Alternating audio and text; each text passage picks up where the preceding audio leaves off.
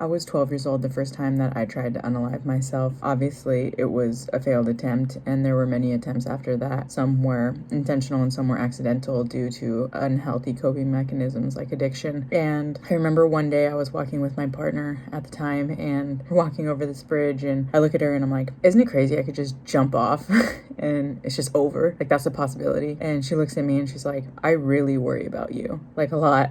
And I was like, I'm just kidding. You don't think about that stuff? And she's like, no, never, not once. And I was shook. Like, I thought we all thought about that. Apparently, some people don't. And she's like, I think you need help. And I think the signs before suicide happens show up in a lot of ways in our day-to-day life. For example, I had written this song that I put out on all my social medias that said, am I getting better? No, I'm not okay. And it was definitely a cry for help. And when no one reached out to ask if I was okay, I felt very isolated and alone. And I had written a suicide letter. And after the letter, I barely remember even calling my partner and telling her that this is where I was at. I was in a very bad PTSD trigger at the time. And she left work, she came and got me, and she said, I can't do this by myself. I can't keep these secrets for you. I'm going to tell your family. I need their help because I don't care if you hate me, but I do care that you're alive. I was a little mad at the time, but it was on that day that I ended up going to get my first real therapy session. And I walked into my therapy session, and luckily I found a therapist that was willing to help me genuinely and really cared. And I told her, I promise I'll put in the work if you just help in any way. And she helped me come up with like a payment plan and everything. And through years of extensive therapy and healing and doing the work, I realized that our brains are lazy and they want to find the easiest and fastest solution possible to make you feel better. And for some reason, I guess suicide ideation was what I had come up with. But now after all of this, I have come to a place where suicide ideation is not my way out. I know my music talks a lot about my mental health and my struggles and my anxiety and depression and breakups and everything. And so I get a lot of people that reach out to me and talk to me about their struggles and their abuse and their trauma. And I just want you to know that I see you, I hear you, I feel you deeply. And I know it sounds easier said than done, but God damn it, I swear to you, I'm a living, breathing, walking example that it truly does get better, and it does take a lot of work. And I'm coming on here just to try to show you any glimpse at all of how it's possible and to give you any sort of faith, because all I ever needed at some point was just a little bit of hope. So if you're struggling right now, I just wanted to let you know that there are resources, there is help. Trust me, there are good people out there that want to help. Suicide is a real problem in this world.